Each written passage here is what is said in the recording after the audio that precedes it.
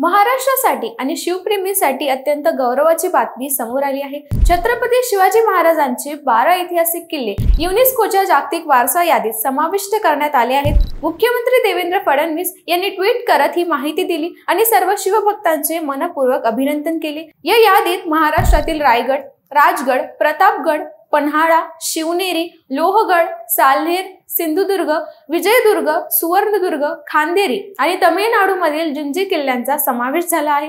हे किल्ले मराठा स्थापत्य शास्त्राचे अद्वितीय उदाहरण असून माची स्थापत्य रचनेमुळे यांना अद्वितीय वैश्विक मूल्य मान्यता मिळाली आहे। या यशामागे पंतप्रधान नरेंद्र मोदी यांचा पाठिंबा, केंद्र सरकारचा सक्रिय सहभाग आणि पुरातत्व विभाग, युनेस्को मधील भारतीय प्रतिनिधी तसेच राज्य सरकारचे प्रयत्न कारणीभूत ठरले।